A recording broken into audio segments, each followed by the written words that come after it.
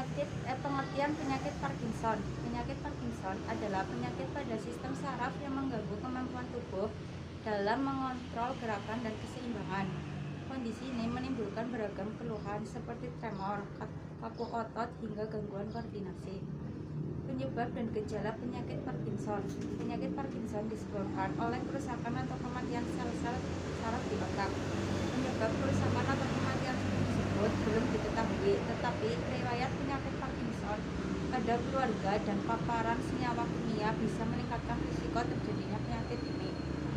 Pada tahap awal, penyakit Parkinson menyebabkan ekspresi wajah yang datar, lengan tidak berayun saat berjalan, suara menjadi lebih kecil, hingga gangguan gerak tubuh. Gejala lainnya meliputi tangan bergetar atau tremor saat tidak bergerak, kaku saat bergerak atau rigiditas, gerakan yang melambat.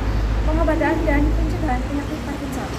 Pengobatan penyakit Parkinson bertujuan untuk mengurangi gejala dan membantu pasien menjalani aktivitas sehari-hari secara mandiri. Metode penanganannya bisa berupa pemberian obat-obatan, terapi, dan operasi.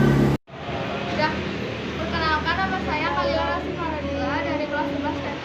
Di sini saya akan mempresentasikan patofisiologi penyakit Parkinson. Ada di teori untuk menerangkan terjadinya PNI. Satu, teori ketidakseimbangan saraf dopaminergic dengan saraf kolinergic. Korpus striatum mulai menerima persaranan dopaminergic yang datang dari substansi cyanida. Juga dipersarasi oleh saraf kolinergic dengan asetilkolin AKA sebagai neurotransmitternya. Pengaruh dari striatum terhadap fungsi motorik korteks ditentukan oleh kegiatan kedua saraf tersebut. 2. Teori ketidakseimbangan jalur langsung dan jalur tidak langsung. Baik jalur langsung maupun tidak langsung, keduanya akan bermuara ke GPNI atau SMR, dan selanjutnya dari sini akan membuatkan output menuju talamus dan korteks. Bila masukan dari keduanya seimbang, maka output akan seimbang pula sehingga tidak timbul kelainan gerakan motorik. Sekian dari saya. Wassalamualaikum warahmatullahi wabarakatuh. Etiologi penyakit Parkinson. Faktor genetik. Genetik sangat berpengaruh, terutama pada Parkinson yang didiagnosis sebelum usia 50 tahun. Beberapa mutasi genetik ditemukan pada penderita Parkinson yang berhubungan dengan protein asinkloin yang merupakan protein komponen mayor dari Lewy bodies. Penyakit Parkinson yang diturunkan secara autosomal dominan diakibatkan oleh kloin mutation yang terjadi pada N-terminal pada asinkloin, sedangkan gejala menyertai penyakit Parkinson disebabkan misfolding atau agregasi asinkloin yang telah bermutasi. Faktor lingkungan. Faktor lingkungan merupakan faktor yang berperan sangat penting terhadap penyakit Parkinson.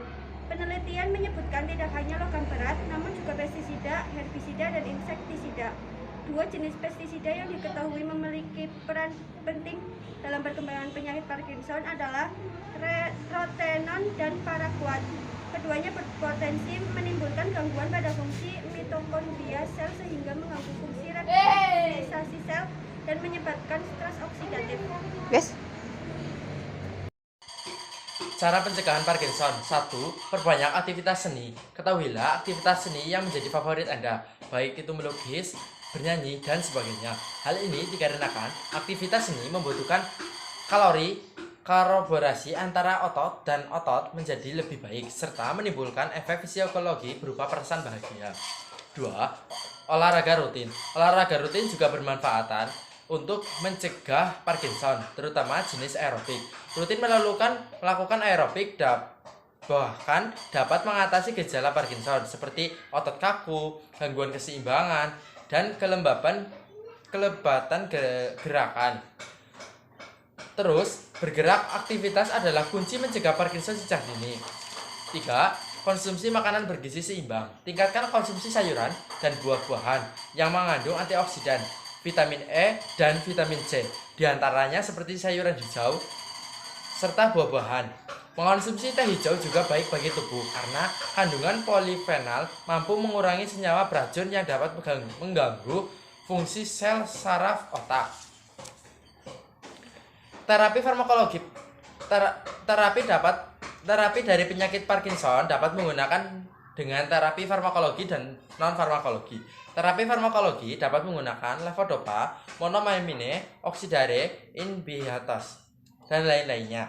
Terapi non farmakologi dapat menggunakan terapi stel saraf. Terima kasih.